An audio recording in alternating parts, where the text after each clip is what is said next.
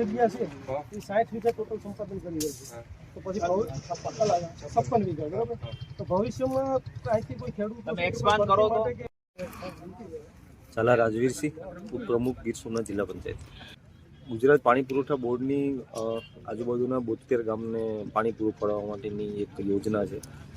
જે માટેનું main base સ્થળ છે એ પ્રાસલી ગામનું આ જે તળાવની જગ્યા છે એ જે તે વખતે સરકારે પસંદ કરેલી છે અને જે તે વખતે પંચાયતે એમને 56 વીઘાનો ઠરાવ આપેલ છે. પણ હકીકતની આ જગ્યા છે એ સિંચાઈ વિભાગના એસેટની અંદર આ તળાવ આવેલું છે. છતાં પણ સરકારે છે સિંચાઈ વિભાગને પૂછ્યા વગર અથવા તો એને ધ્યાનમાં લીધા વગર આ જગ્યા છે એ ગીર સોમનાથના પાણી પુરવઠા વિભાગને ફાળવેલી છે. ગામના લોકોની માંગણી છેલ્લા 2-3 વર્ષથી એવી છે કે જે ગામની જીવાદોરી સમાનના તળાવ છે કે જેની અંદરથી આજુબાજુના 500થી 1000 વીઘાની અંદર છે એ પાણીનું સિંચાઈ છે એ આ તળાવને લીધે થાય છે. તો આ તળાવનો ઉપયોગ છે એની અંદર ન કરવો જોઈએ અને સિવાયની બીજી બધી જગ્યાઓ છે એનો ઉપયોગ કરવો જોઈએ. તો આ લડાઈ છે એ ગામના લોકો દ્વારા છેલ્લા 2-3 વર્ષથી પાણી પુરવઠા વિભાગની સામે ચાલતી હતી.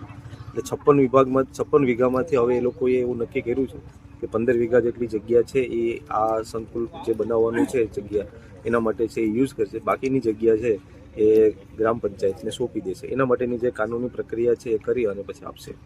માંગ હતી એ હજી પૂરી તો થઈ નથી. ખાલી અધિકારીઓ છે એમણે આશ્વાસન આપ્યું છે જેને હવે અમે આવનારા ભવિષ્યની અંદર લેખિતની અંદર અમને મળે એ માટેના પ્રયત્ન કરશું. ગામની માંગણી એવી હતી કે ભાઈ પ્રાસલી ગામ છે એને પૂરતું પીવાનું પાણી